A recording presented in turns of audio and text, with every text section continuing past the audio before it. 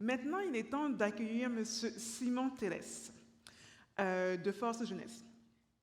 Après ses études à la faculté de droit de l'Université de Montréal, Simon Tellès s'est investi à temps plein dans la défense des droits de la communauté étudiante et de l'accessibilité de l'enseignement supérieur à titre de coordonnateur aux affaires externes de la Fédération des associations étudiantes du campus de l'Université de Montréal.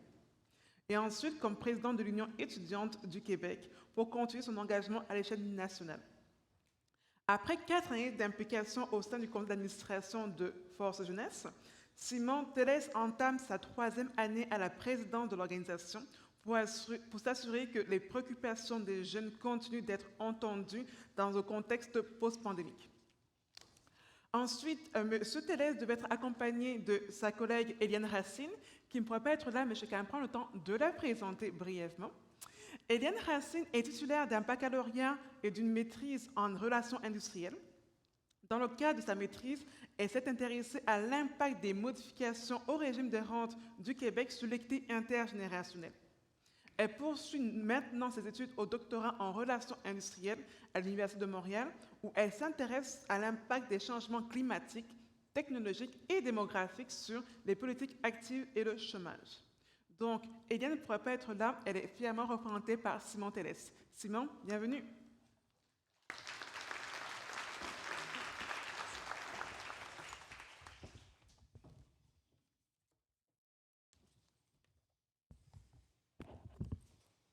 Bonjour tout le monde, j'espère que vous allez bien. Je vais partir mon petit chronomètre pour ne pas me faire chicaner par François et respecter mon délai de 20 minutes. Très heureux d'être parmi vous aujourd'hui. Franchement, on a une belle salle. Moi aussi, ça fait longtemps que je n'ai pas vu autant de gens comme ça réunis dans un événement et autant de gens aussi de générations différentes. Je pense que c'est une des belles réussites du sommet de rassembler des gens de toutes les générations. Et je pense que c'est un modèle de représentativité duquel on doit s'inspirer dans nos instances de retraite et dans l'implication, l'intérêt qu'on a pour la retraite. Alors d'abord, pour vous présenter brièvement Force Jeunesse, parce qu'évidemment, ça va teindre un petit peu les propos que je vais avoir aujourd'hui, vous présenter la mission de l'organisme qui est vraiment de défendre les droits et les intérêts de la jeunesse en matière de politique publique. Ce qui distingue Force Jeunesse d'autres groupes, c'est que c'est une association qui est non partisane, c'est-à-dire qu'elle travaille vraiment avec l'ensemble des partis politiques pour défendre les droits et les intérêts de la jeunesse. Et je trouvais ça intéressant de vous présenter les 5 grands dossiers sur lesquels Force Jeunesse travaille parce qu'en préparant la présentation d'aujourd'hui, je me suis rendu compte qu'il y avait un lien, chacun d'entre eux, en fait, avait un lien direct avec la retraite. Le premier, bien sûr, c'est les conditions de travail. Donc, vous voyez déjà le lien très évident qu'il y a avec la retraite. Ensuite, la protection de l'environnement. Un lien peut-être qui peut paraître un peu plus loin, mais il y a quand même des investissements importants dans des fonds de retraite qui peuvent être utilisés comme levier pour l'environnement. Et la transition écologique aussi amène certaines réflexions, certaines pressions sur les systèmes de retraite. On aura l'occasion d'en reparler un petit peu plus tard. L'implication des jeunes, qui est un des combats importants de Force Jeunesse, bien également dans l'institution de la retraite, on l'a mentionné précédemment, c'est important que les jeunes s'y intéressent, que les jeunes s'impliquent. Alors la retraite ne fait pas exception. L'équité intergénérationnelle, bien sûr, qui est la valeur, je dirais, pilier de Force Jeunesse qui anime l'ensemble de nos interventions. Bien, la retraite est une institution où l'équité intergénérationnelle est vraiment au cœur et c'est une des valeurs là, qu'on doit défendre là, au niveau des retraites. Et finalement, la pérennité du système de santé. On a vu des projections super intéressantes, mais plus notre population est en santé, plus notre population vieillit en bonne santé, mais plus ça a des incidences également sur le système de retraite. Donc, c'est donc dire que l'ensemble des dossiers sur lesquels Force Jeunesse travaille, même qui ne sont pas liés directement à la retraite, touchent finalement la retraite. J'aime bien toujours commencer avec des statistiques intéressantes. Je vous ai sélectionné celles qui m'apparaissaient les plus fondamentales. Alors, tout d'abord, il y a un mythe selon lequel les jeunes sont plus ou moins intéressés par la retraite. Je vois dans la salle, effectivement, que ça semble être un mythe, mais dans la société en général aussi, on peut le penser si on se fie aux chiffres que je vous présente. Alors, selon un sondage qui a été fait en février 2022 par Léger pour le compte d'Éduc-Épargne, on voit qu'une très vaste majorité des jeunes, là, 56%, se disent très préoccupés par la retraite, ou en fait que c'est important pour eux qu'un employeur offre un régime de retraite, et 33% des gens pour qui c'est important. Donc, au total, c'est 89% des jeunes de moins de 35 ans pour qui la retraite, c'est très important en matière de conditions de travail. Moi, c'est une donnée qui m'a vraiment marqué. On a aussi 4 jeunes sur 5, donc 80 des jeunes qui participeraient à des séances d'information gratuites offertes par leur employeur sur la retraite. Pour moi, ça me dit deux choses. Premièrement, c'est que les jeunes sont intéressés à en apprendre davantage sur la retraite et aussi qu'ils sont lucides par rapport au fait qu'ils et elles manquent de connaissances sur la retraite. Et finalement, au niveau des connaissances insuffisantes, on le reconfirme là, dans une autre enquête là, de l'Institut québécois de planification financière qui nous dit que 74 des moins de 35 ans estiment que leurs connaissances sont insuffisantes. Donc, je pense que c'est important de partir de ces constats-là pour chercher des solutions qui vont être structurantes pour les retraites. Évidemment, les jeunes se préoccupent de leur retraite, mais ils sont très actifs sur le marché du travail. Alors, je vais aussi vous faire un petit portrait des jeunes sur le marché du travail. Alors, comme le graphique que vous voyez, c'est la répartition des jeunes de 15 à 29 ans qui sont non étudiants, donc sur le marché du travail, selon l'activité sur le marché du travail. Alors, vous voyez là, il y a les années 2000, 2010, 2020 et 2000, je ne vois pas bien ma feuille, 2020 et 2021. Donc, les deux dernières couleurs, là, c'est 2020 et 2021. Et ce qu'on voit, c'est qu'il y a une augmentation des jeunes en emploi dans le premier graphique de gauche là, depuis les années 2000, qu'il y a une diminution du nombre de jeunes qui sont au chômage, même s'il y a plus de jeunes au chômage que dans le pourcentage général de la population, on observe quand même une diminution dans les dernières années. Et finalement, l'inactivité chez les jeunes également est en baisse importante. Vous soulignez aussi que la proportion ou le nombre de jeunes qui touchent des programmes d'aide sociale est également en diminution. Il y a des tendances aussi à surveiller sur le marché du travail qui nous inquiètent à Force Jeunesse, et c'est vraiment le travail des jeunes. On se rend compte que de plus en plus de jeunes, avant l'âge de 15 ans, commencent à entrer sur le marché du travail. Tout ça, bien sûr, est accentué par le contexte de pénurie de main-d'œuvre dans lequel on vit, mais ça peut aussi avoir des impacts à long terme sur la retraite, parce que des jeunes qui commencent à travailler très jeunes pourraient cesser leurs études beaucoup plus tôt et avoir, sur le cumul de leur vie, moins accès à des régimes de retraite ou un revenu disponible qui est beaucoup moins élevé. Donc, oui, dans un contexte de pénurie de main-d'œuvre, on peut comprendre que le travail des jeunes augmente, mais c'est quand même une donnée qui nous préoccupe et qu'on va vouloir surveiller là, à mesure que les années passent. Alors, comme vous le voyez, les jeunes sont bien actifs sur le marché du travail, mais le monde du travail est en constante évolution. Alors, on peut se demander, c'est les questions qu'on se pose aujourd'hui, est-ce que le système de retraite est toujours bien adapté à la réalité du marché du travail qui est en évolution? On va donc aborder quelques pressions du système de retraite qui sont distinctes, mais qui, ensemble, tout de même, exercent des pressions qui sont importantes. La première, évidemment, c'est le vieillissement de la population. On en a eu une démonstration très éloquente. Donc, l'augmentation de l'espérance de vie, le renversement de la pyramide des âges occasionne une augmentation des ratios de dépendance. Donc, il y a plus de gens qui doivent fournir là, des ressources que de gens qui... En fait, il y a plus de gens qui doivent recevoir des ressources dans la société que de gens qui vont fournir des ressources. On voit que l'augmentation s'en vient. Et qu'il y a également une présence plus élevée de différentes générations sur le marché du travail. Ça peut avoir évidemment des impacts importants sur le financement de la retraite parce que, par exemple, la pension de la sécurité de vieillesse et le supplément de revenu garanti ne sont pas capitalisés. Donc, c'est des postes de dépenses qui vont augmenter de façon importante dans le temps et faire une pression sur notre système de retraite. Il y a aussi les changements technologiques. Évidemment, les métiers d'aujourd'hui ne sont pas les métiers de demain. On observe déjà une certaine évolution, mais il y a aussi de données, des informations qu'on ne connaît pas. On ne sait pas comment le marché du travail va évoluer dans les 20 prochaines années. Il y a donc certaines choses qui demeurent imprévisibles pour nous. Ce qu'on sait, par contre, c'est que le système traditionnel d'emploi et les programmes sociaux plus conventionnels ne répondront pas nécessairement aux prérogatives de l'emploi. Alors, il va devoir y avoir une certaine agilité dans notre façon de voir la retraite. Pour vous donner quelques exemples, notamment, il y a de plus en plus de travailleurs de plateformes numériques qui ont des réalités de travail qui sont très différentes. On peut penser également aux travailleurs d'agences. Et tout ça, ça peut avoir comme impact que les régimes de retraite ne sont pas accessibles à tous les travailleurs. Ça dépend de plusieurs choses. D'abord, notre statut d'emploi, le type d'employeur qu'on a, ou encore le secteur d'activité. Donc, c'est ces facteurs-là qui vont déterminer notre accès à un régime de retraite, ce qui soulève des questions de société qui, à mon sens, sont importantes. Et il y a aussi la nouvelle réalité du télétravail qui va peut-être amener des nouvelles formes d'emploi. Je vous donne un exemple, par exemple, des travailleurs qui pourraient, au Québec, exercer une prestation de travail pour des entreprises à l'étranger. Qu'est-ce qu'on fait avec ces gens-là? Est-ce qu'on va leur donner accès à des rentes? Est-ce qu'on va les obliger à payer des rentes s'il faut une prestation de travail pour des employeurs étrangers qui n'ont pas la même réglementation que nous au Québec? C'est toutes des questions importantes qui vont devoir être posées et qui vont mettre une pression, bien sûr, sur notre régime de retraite. Je poursuis avec un autre sujet qui est particulièrement important pour les jeunes et je suis certain pour beaucoup de gens dans la salle, c'est la question des changements climatiques.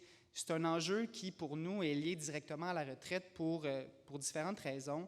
Tout d'abord, les investissements qui sont réalisés dans les régimes de retraite ne prennent pas toujours en compte les changements climatiques et il y a eu beaucoup de mouvements dans les dernières années de désinvestissement, de sortie de fonds de retraite ou d'autres fonds des énergies fossiles. Il va falloir se demander comme société qu'est-ce qui est le plus important. Est-ce que c'est d'accélérer la transition écologique, l'impact sur les changements climatiques ou strictement la capitalisation des fonds de retraite?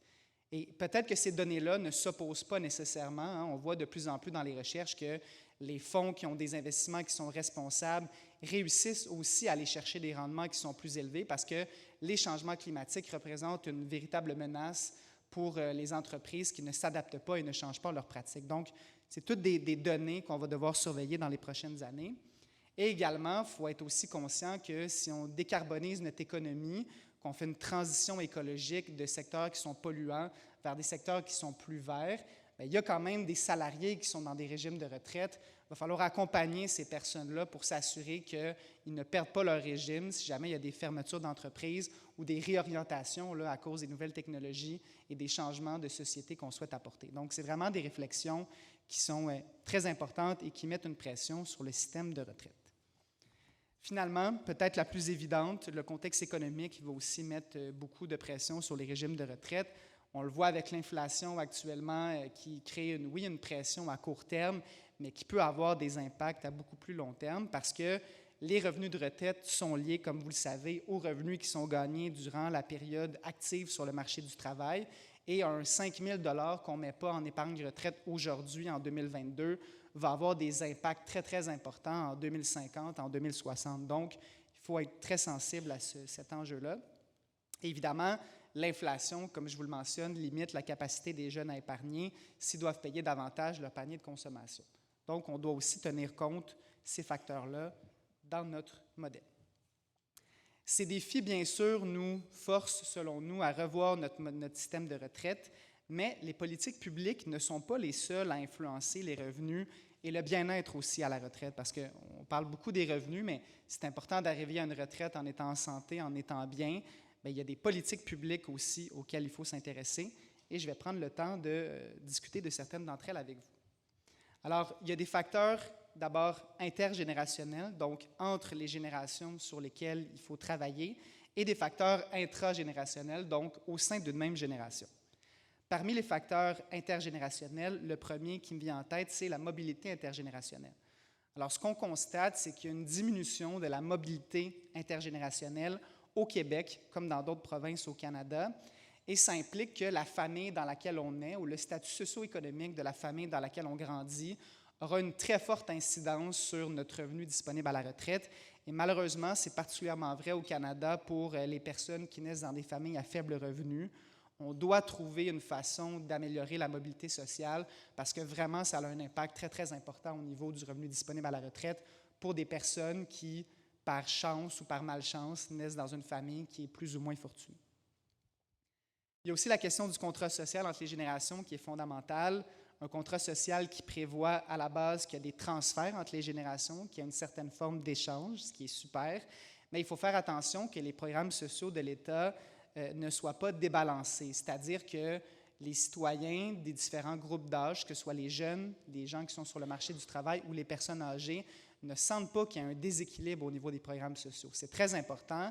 Et il ne faut pas non plus monter les générations les unes contre les autres. Quand on réclame des choses pour les jeunes, quand on réclame des choses pour les personnes âgées, il ne faut pas les mettre en opposition. Je pense qu'on a tous un objectif qui est commun. Il faut trouver une façon, comme on le fait aujourd'hui, d'échanger sur les préoccupations de chacun de ces groupes-là et s'assurer qu'ils soient tous entendus autour de la table pour que les décisions qui soient prises en matière de retraite reflètent les préoccupations de chacun des groupes de la société.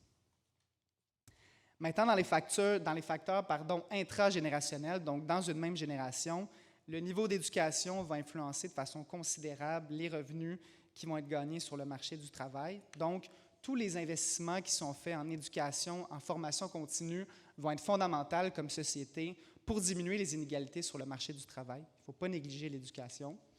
Même chose au niveau des conditions de travail, l'accès à un régime de retraite, le revenu gagné et la propension marginale à épargner sont tous des facteurs qui peuvent permettre d'expliquer les écarts de richesse à la retraite. Donc, on va devoir travailler sur chacun de ces éléments-là.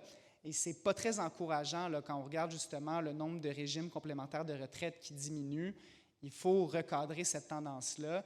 Et je trouve qu'on a une opportunité intéressante dans le contexte actuel de pénurie de main-d'œuvre, où les jeunes disent notamment que c'est une condition de travail pour eux qui est importante, de créer des nouveaux régimes pour retenir la main-d'œuvre et fidéliser aussi les jeunes en emploi. Les jeunes qui, comme on l'entend souvent, ont tendance à avoir une plus grande mobilité d'emploi, mais peut-être que la diminution du nombre de régimes de retraite qui sont offerts est un des facteurs qui explique que les jeunes vont moins rester longtemps en entreprise. Donc, si on n'offre pas des conditions de travail comme ça qui sont bénéfiques à long terme, on ne peut pas trop se surprendre que des jeunes, après 2, 3, 4 ans, vont changer d'emploi et avoir une plus grande mobilité. Donc, ça a des considérations qui sont assez importantes. Je termine avec le statut, la santé et le statut socio-économique qui peuvent influencer drastiquement la durée de la retraite, comme on l'a vu précédemment, et donc l'accès à une retraite en santé qui est aussi très importante et les perspectives d'emploi d'un individu. Donc, nos programmes sociaux en matière de santé ont un impact sur la retraite, une retraite de qualité, sur les besoins financiers aussi qu'une personne va avoir à la retraite. Quelqu'un qui est plus en santé aura probablement des besoins qui sont moins importants. Donc, on doit travailler sur l'ensemble de ces facteurs-là pour prévenir les inégalités entre les générations. Maintenant, pour Fort Jeunesse, si on veut s'assurer ou assurer des bonnes retraites demain, c'est très important d'agir dès maintenant. Et je propose de vous résumer pour nous les choses les plus importantes à accomplir. Tout d'abord, il faut intégrer les jeunes dans les instances décisionnelles relatives à la retraite. C'est très important. Et je ne vous cacherai pas que c'est un défi, hein? Puis on l'a mentionné également précédemment, c'est loin la retraite pour les jeunes, c'est aride, c'est des concepts qui sont difficiles. Donc, il faut prendre les jeunes par la main, leur montrer l'importance de la retraite, faire de l'éducation par rapport à la retraite. Et le pari que je fais, c'est que si on le fait, bien, les jeunes vont être intéressés et vont s'impliquer dans les instances de retraite. Maintenant, c'est normal qu'un jeune travailleur comme moi de 28 ans et une personne qui approche de la retraite n'aient pas les mêmes préoccupations sur la gestion de son régime de retraite. On peut penser qu'un jeune va avoir une tolérance au risque plus importante comme il est loin de la retraite et qu'une personne qui est plus proche de l'âge de la retraite va avoir une tolérance au risque qui est moins élevée. C'est correct, il faut qu'on trouve une façon de faire cohabiter ces différentes préoccupations-là dans la gestion des régimes, mais ce qu'on constate présentement, c'est que les jeunes sont gravement sous-représentés sur les instances de retraite et qu'il y a un travail important à faire si on veut que les jeunes se sentent impliqués et soient partie prenante de cette institution qui est la retraite. Il faut aussi réformer le système aux nouvelles réalités du marché du travail.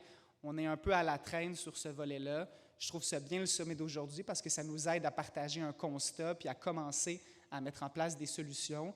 Mais si on ne le fait pas, on voit que les pressions sur les retraites, que ce soit les pressions démographiques, les pressions liées aux différents facteurs que je vous ai exposés, vont être importantes et c'est toujours mieux d'agir en amont que d'attendre d'être le dos au pied du mur, de devoir faire des coupures, de devoir faire de l'austérité et de précariser les retraites. Finalement, l'autre élément qui est très important, et on en parle trop peu, c'est vraiment de lutter contre les inégalités en offrant des conditions de vie, des opportunités qui sont équitables entre les générations pour s'assurer que la retraite soit plus agréable pour tout le monde. Je termine avec certaines pistes de réflexion. Je vais être présent une bonne partie de la journée. On va avoir la chance d'échanger en atelier tout à l'heure. Donc, je vous invite peut-être à garder ces questions-là en tête. La première, on y a un peu répondu. Je pense qu'on sera tous d'accord. Est-ce que notre système de retraite est encore adapté à la réalité du marché du travail? Je vais vous laisser le soin d'y répondre, mais je pense que c'est une des principales questions à laquelle on va souhaiter répondre aujourd'hui. Ensuite, quelles mesures concrètement on peut mettre en place pour assurer les retraites de demain et prévenir les inégalités? Et finalement, se questionner sur le rôle que doivent jouer les institutions publiques et le gouvernement pour accroître les connaissances des jeunes et les moins jeunes aussi. Là, vraiment, c'est partager que socialement, les connaissances de la retraite diminue même. Donc, on a un gros travail d'éducation à faire auprès de toutes les générations sur la retraite et bien sûr sur la littératie financière. Alors, c'est les pistes de réflexion que je vous propose. Je tiens à remercier les organisateurs de la journée d'aujourd'hui. J'ai bien hâte d'échanger avec vous. Et remerciement spécial également là, à ma collègue Eliane de Forgenès, qui n'était pas présente aujourd'hui, mais qui a contribué avec moi à monter cette présentation. J'espère que vous l'avez trouvée intéressante. Merci, au plaisir.